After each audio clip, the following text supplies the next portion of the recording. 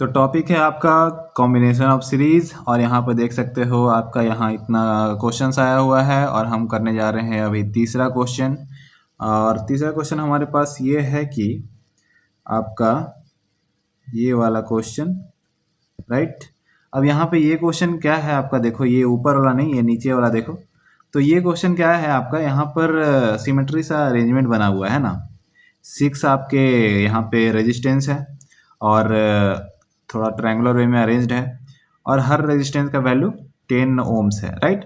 तो ए और बीच के बीच में आपका आर रेजिस्टेंस फाइंड करना है between A and B, right. तो जैसे ही आपको बोर्ड्स एग्जाम में ऐसा कुछ कॉम्प्लेक्स सा दिखे जो कि सिंपल अरेंजमेंट और पॉइंट जोड़कर सॉल्व ना हो पाए, तो समझ जाओ कि वो व्हीट स्टोन ब्रिज है वहाँ पे और आपको व्हीट स्टोन ब्रिज खोजना है और उसको सॉल्व करना है। 3 ही क्वेश्चन आते हैं, एक आपका सिंपल सा अरेंजमेंट वाला, एक फॉर्मूला बेस्ड और एक व्हीट स्टोन ब्रिज। आपको इसमें जैसे ही कॉम्प्लेक्स आपको अरेंजमेंट दिखे, व्हीट स्टोन ब्रिज ढूंढना है और उसको सिंप्लीफाई करना है। अब यहाँ पर व्हीट स्टोन ब्रिज ढूंढो।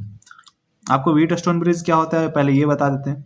व्हीट स्टोन ब्रिज सिंपल सा ये कॉन्सेप्ट है कि अगर मान लो यहाँ पे ए है और यहाँ पे आपका कुछ रेजिस्टेंस है,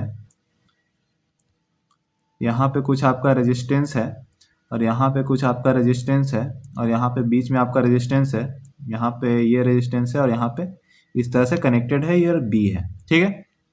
ये आपका R1 है, ये आपका R2 है, ये आपका R3 है, ये आपका R4 है, ये आपका R5 है, ठीक है।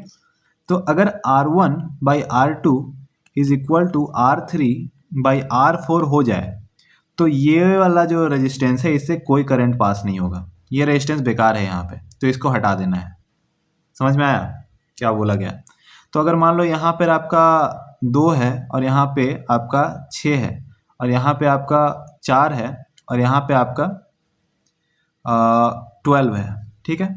तो अब आप क्या करोगे, आप यहाँ पे इस तरह से आपको यहाँ पे पुट करना है वैल्यू। तो 2 6 इज इक्वल टू 4 12 आना चाहिए। अगर ये इक्वल है ये दोनों तो आपको सिंप्लीफाई करो तो 1/3 इज इक्वल टू 1/3 आ रहा है। मतलब ये दोनों रेजिस्टेंस आपके पैरेलल रेजिस्टेंस से इक्वल है। इसका मतलब क्या है कि यहाँ से कोई आपका करंट पास नहीं होगा, कोई करंट पास नहीं होने वाला है वहाँ से। समझ में आया। तो इसको हटा देना है और सिंप्लीफाई करके इसको ऐसे लिख देना है कि यहाँ पर से ये आपका जा रहा है और यहाँ पर से ये जा रहा है, यहाँ पर से ये जा रहा है और यहाँ पर से ये जा रहा है और ये आपका सिंपल पैरेलल अरेंजमेंट है। ये पैरेलल अरेंजमेंट है और ये पैरेलल अरेंजमेंट है। इसको सॉल्व करो, इसको सॉल्व करो और फिर दोनों को इक्विवेलेंट कर दो, आंसर निकाल दो। समझ में आया व्हीट स्टोन ब्रिज क्या होता है। अब व्हीट स्टोन ब्रिज आपको समझ में आ गया है। अब आप यहाँ व्हीट स्टोन ब्रिज ढूंढो, इस डायग्राम में व्हीट स्टोन ब्रिज ढूंढो। व्हीट स्टोन ब्रिज आपको दिख रहा है कहीं पे, यहाँ देखो, ये आपका ए है, ये आपका एक रजिस्टर हो गया, ये इधर हो गया, ये आपका एक रजिस्टर हो गया, इधर हो गया, ये आपका रजिस्टर हो गया, एक इधर हो गया और ये आपका रजिस्टर हो गया, एक इधर हो गया और ये बीच में आपका व्हीट स्टोन ये रेजिस्टेंस लगा हुआ है जो आपका ये बीच में ऐसे होता है, राइट। समझ में आ गया। ये वाला आपका इस तरह से थोड़ा सा, अगर आपको इस तरह से अरेंज करोगे तो फिर आपको ऐसा दिखेगा, है ना। तो ये आपको दिखेगा और ये आपका फिर इस तरीके से अरेंज्ड है, ये समझ में आया। तो ये थोड़ा सा अरेंजमेंट ऐसा है, इस कारण से आपको दिख नहीं पा रहा है, बट आपको ये खोजना होगा। यही आपका यहाँ पे ये है आपका जो डिफिकल्टी लेवल है वो यही है इस क्वेश्चन में कि व्हीट स्टोन ब्रिज आप खोज पा रहे हो कि नहीं। एक बार आपको खुद मिल गया ये, तो आपको सिंपल सा क्या करना है, इसको काट देना है, ये नहीं है यहाँ पे। अब आप इसको बना लो, अरेंज कर लो, सिंपल सा अरेंज कर लो। तो ये अरेंजमेंट कैसा दिखेगा आपको, ये अरेंजमेंट आपको दिखेगा इस तरीके से, इस तरीके से और फिर इस तरीके से, इस तरीके से और फिर एक यहाँ पे इस तरीके से, राइट। ये आर है, ये आर है, ये आर है, ये आर है और ये आर है।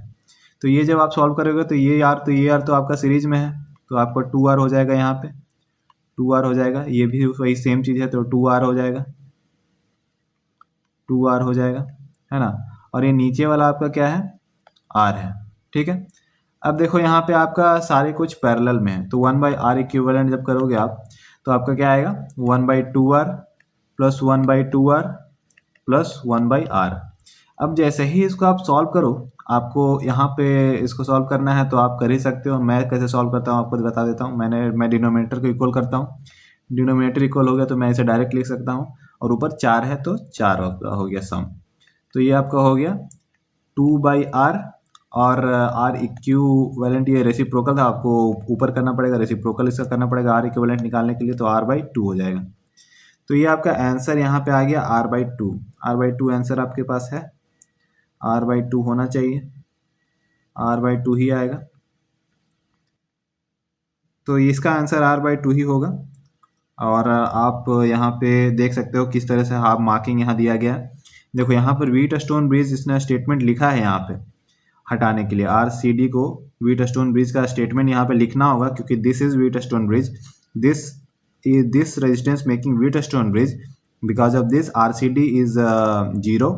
एंड फिर हमने इक्विवेलेंट रेजिस्टेंस बनाया, R is parallel to RAB, series combination RAC AC, और इस तरह से आपका फिर इसको सॉल्व करना है। तो आपका अल्टीमेटली आपको उसको हटा के स्टेटमेंट लिख के व्हीटस्टोन ब्रिज है, उसके बाद फिर आपको ये सिंप्लीफाइड वर्जन बनाना है, और फिर अल्टीमेटली आपको सिंप्लीफाई करके R इक्विवेलेंट आपका r/2 आ जाएगा। ये आपको करना होगा, तभी आपको मार्क्स मिलेगा स्टेप वाइज, राइट।